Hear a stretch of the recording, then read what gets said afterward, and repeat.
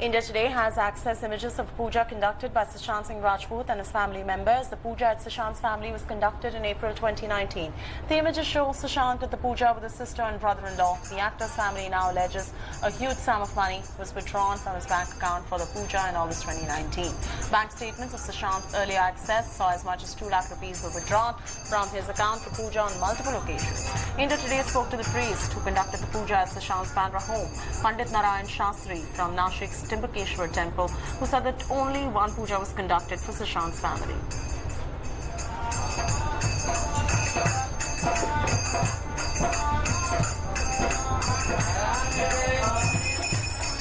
It is coming in right there. This is the image that is coming in of puja conducted by Sushant and his family members. It was conducted in 2019 April.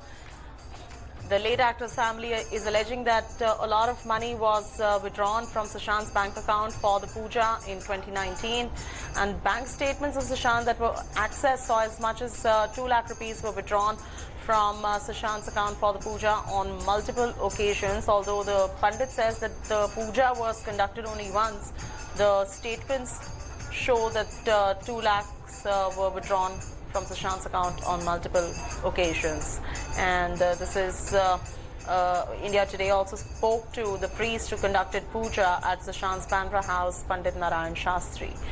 Mustafa is now joining us for the very latest. Mustafa, bank accounts of Sushant which have been accessed saw as much as 2 lakhs were withdrawn from Sushant's account for puja on multiple occasions, but the priest has gone ahead and said that the puja was conducted only once. Is it a possibility that the money that was withdrawn on other occasions was not for the puja and something else, maybe for his personal expenses? What is going on at the moment as far as this whole puja mystery is concerned? Well, yes, to be honest, Sushant Singh Rajput's sister had outrightly made an allegation of black magic against Riya Chakrabarti. That is something we all know. And hence, at that point of time, from the bank statement of Sushant Singh Rajput, these 4 instances had come forward wherein some material was purchased for these kind of rituals. We have spoken to one of the pujari who is saying that he has performed this puja only once. Whether the ritual was performed by some other person earlier is one question, or whether, as you rightly said, that whether it was used or misused for something else, that is something which Enforcement Directorate will also be investigated, because after all it's a money transaction and there is a allegation of 15 crore rupees which has been misused, and hence the Enforcement Directorate will go through each and every expense, and in case it was made, whom it was made, whether it was really done or not, why it was done. So these are things and the questions which will come, and Riya Chakrabarti will have to also answer it, because she was close to Sushant at that point of time and she is the person who can have knowledge about it also. There are a lot of allegations rightly said, but investigation is also important, and statements of Riya Chakrabarti, what is her answer, if at all she is responding to these allegations, something we'll know at the end of the day when the questioning is over. Back to you, Chaiti. Hold on right there, Mustafa. Stay with us. You're at the ED office. We're coming back to you. India Today has also accessed Riya Chakrabarti's income tax returns. The income tax returns for FY18 and FY19 show a sudden increase in income of Riya from unknown sources. In both the years, Riya had declared a total gross earnings at about 18 lakh rupees. However, the total fixed assets of Riya increased from 96,000 rupees in 2018 to 9 lakh rupees in 2019. The ED is also probing how the actress was able to buy shareholder funds worth 34 lakh rupees in 2017 and 2018, which is FY18, while her income as per the income tax return was about 18 lakhs. So here is one glaring discrepancy: buying shareholder funds worth 34 lakh rupees in FY18 when your income as per your ITR is 18 lakh rupees. This is one discrepancy that the ED will be probing. ED is also investigating Riya's source of income, as she made investments in multiple platforms in comparison to her gross total income that was declared. Her fixed deposits in HDFC Bank and ICICI Bank are also at the moment under scanner. Her tax returns are showing no big transactions in FY19 though.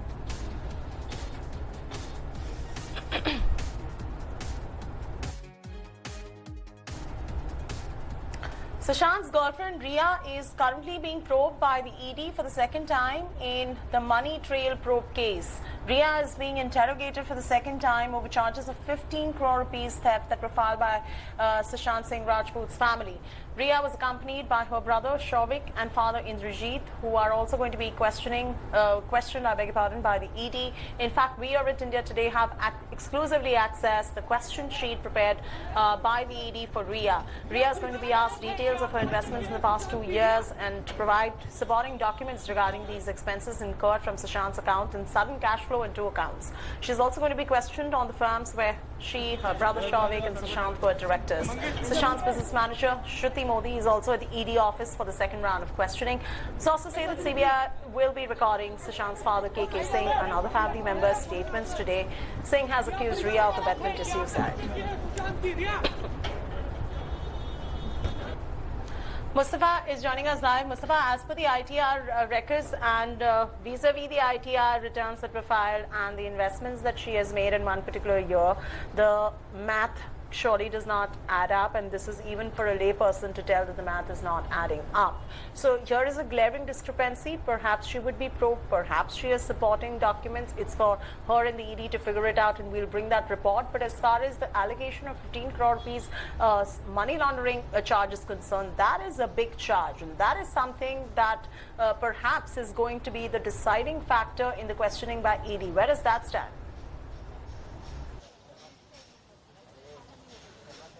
Well, you're right, but the transaction, let me remind you, is not happened in one go. It has happened in different bits.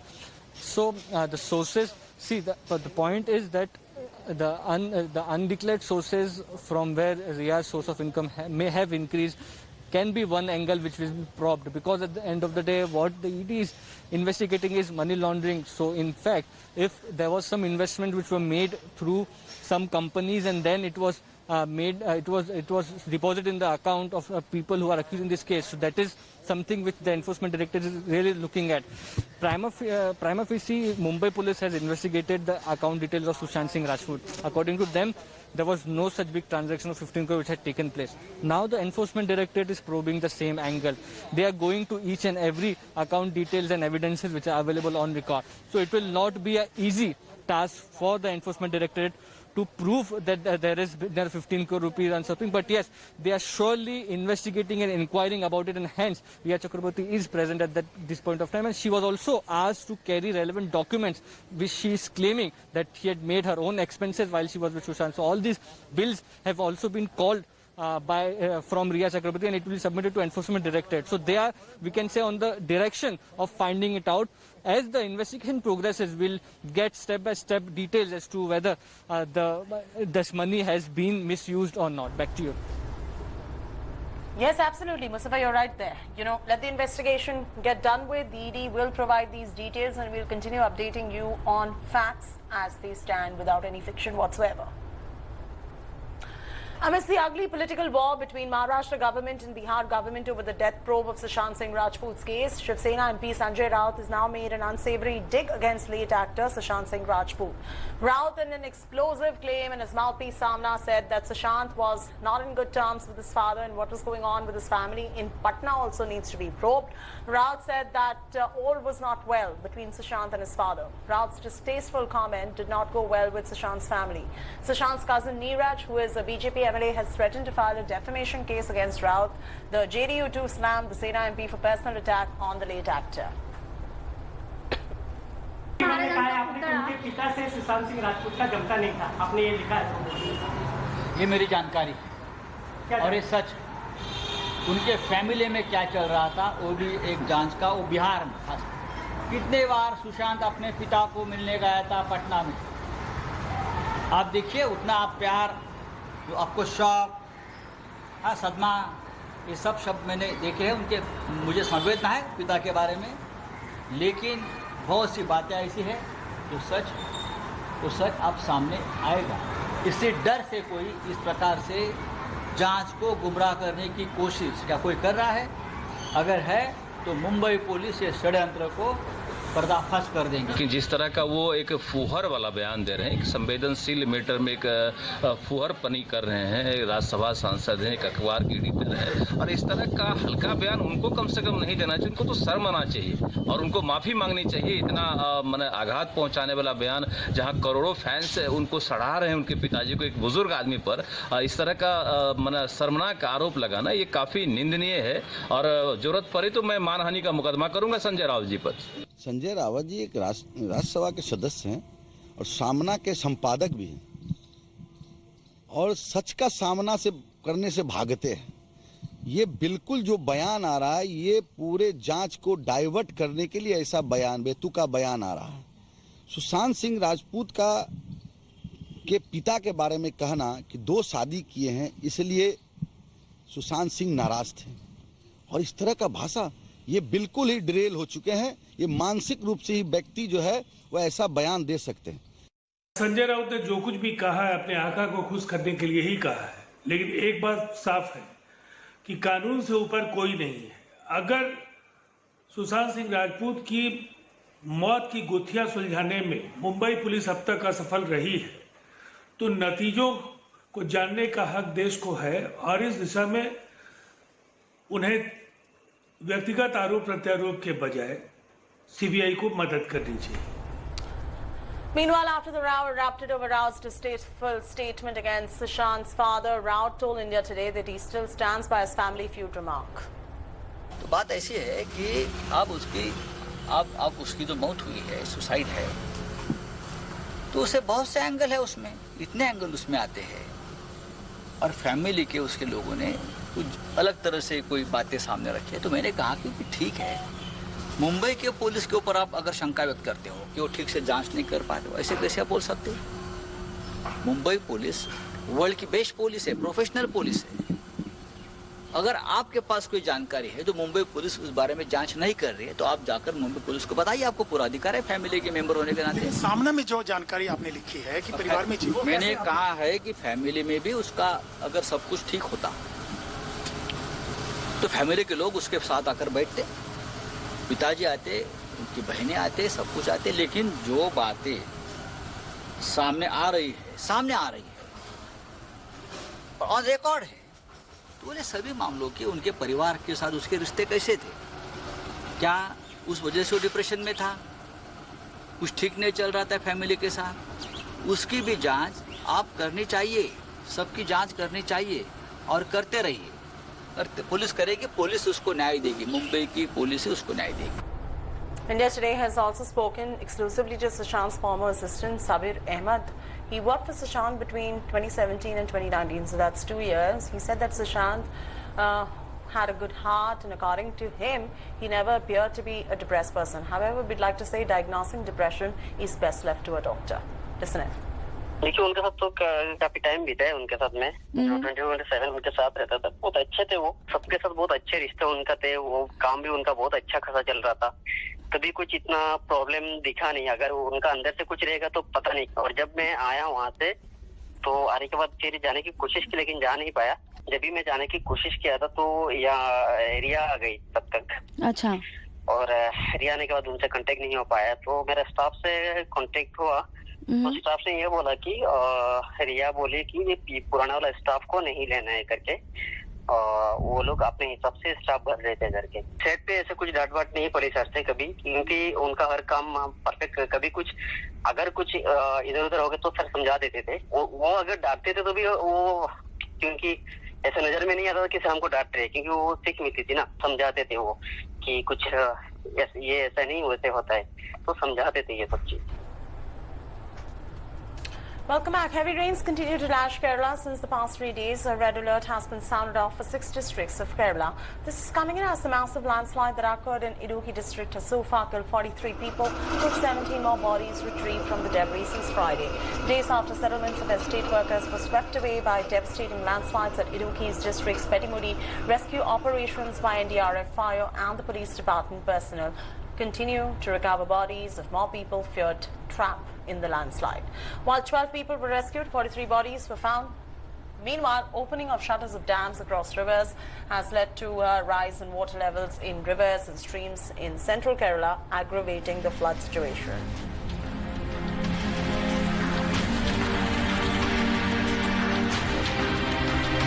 Let's go to our correspondents in Kerala who bring you a ground reality from different areas affected due to monsoon mayhem, throwing straight across to them.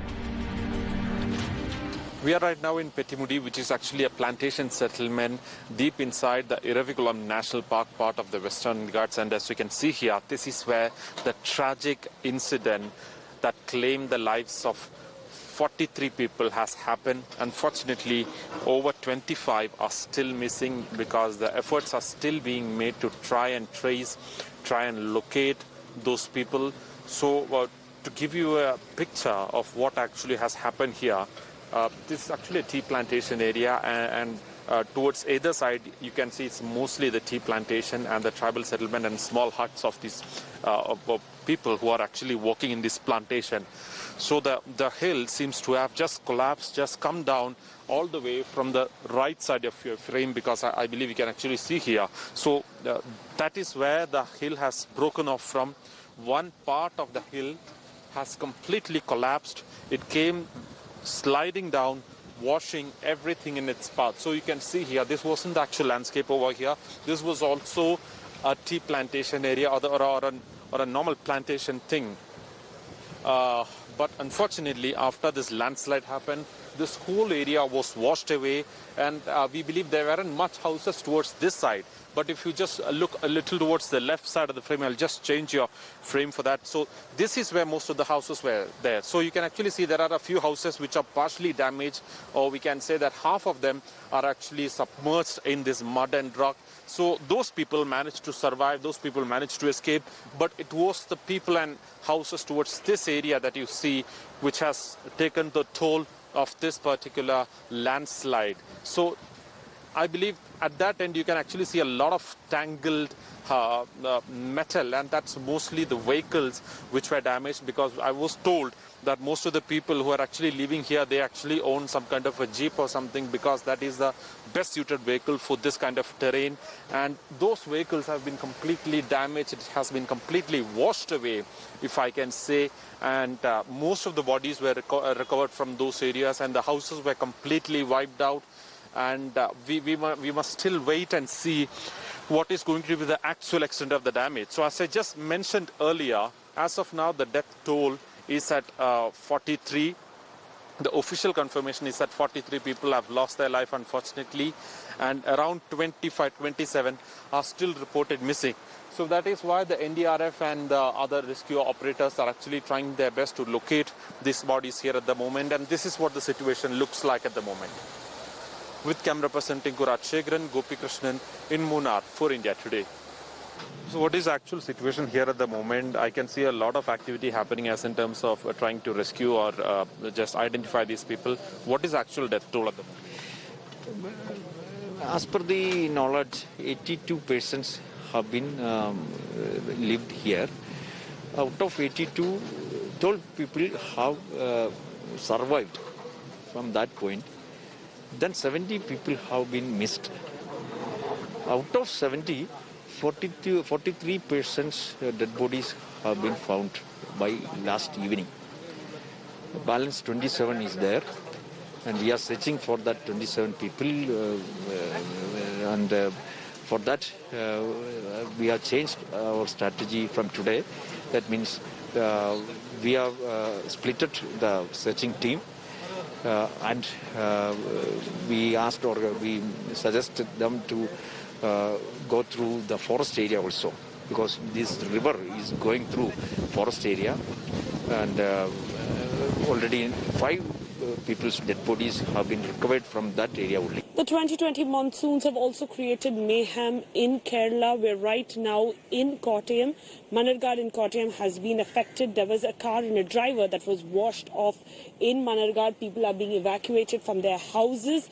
Now, this is also in Kottayam, in the town. It's a place called Arathuti, and you can see the side of the bridge, the wall has completely caved in. Now, this is a pathway that people with cars used to use as well, people with two-wheelers used to use as well, and you can see the entire side has been washed off. This with the flow of the water that's been pouring through. The water has also, after a while, gone onto the roads. People are wading through water to go to their homes. One entire portion caved in on Sunday morning at 8 a.m. Luckily, no one was on the road at that particular point of time. No one was using this pathway at that particular point of time. So there was no one that was injured, no casualties. But you can see the entire road is caved in, leaving in only a quarter of the portion there next to the wall. This is also when Kottayam is under, receiving a lot of rainfall this monsoon, and several parts lie submerged in water. The video journalist Divin Rajkumar, Shalini Lobo in Kottayam for India Today. We are at the Sri Mahadeva temple in Alwar. The water levels have raised in the Periyar River due to the incessant rains that Kerala has been getting over the past couple of days. The temple submerged in water. Water has entered into the temple, making it inaccessible right now. The entire pathway to the temple covered in slush. And beside the temple is located on the banks of the Periyar River. The Periyar River has overflown. The banks are submerged, but people, however, are still performing rituals, which is not really safe because you cannot predict the flow of the river at this point in time. People are going out into the river, taking their holy bath and then coming back. What is very scary is that probably a few, meters down there are steps, but you cannot judge because the entire region is covered and you can never really predict the flow of a river. Now, even in this area in Alwar, because of the incessant rains, they have relocated around 200 families who have had water overflow from the river and enter into their backyards. Behind me, as you can see, the temple is submerged. The temple authorities waiting for the water levels to go down so that they can begin the cleaning process. The video journalist Divin Rajkumar, Shalini Lobo in Alwar for India Today. Hi everyone, Preeti Chaudhary here. Hope you like this video. For latest news and analysis, like and subscribe to the India Today YouTube channel. And don't forget to press the bell icon to stay updated. Thank you for watching.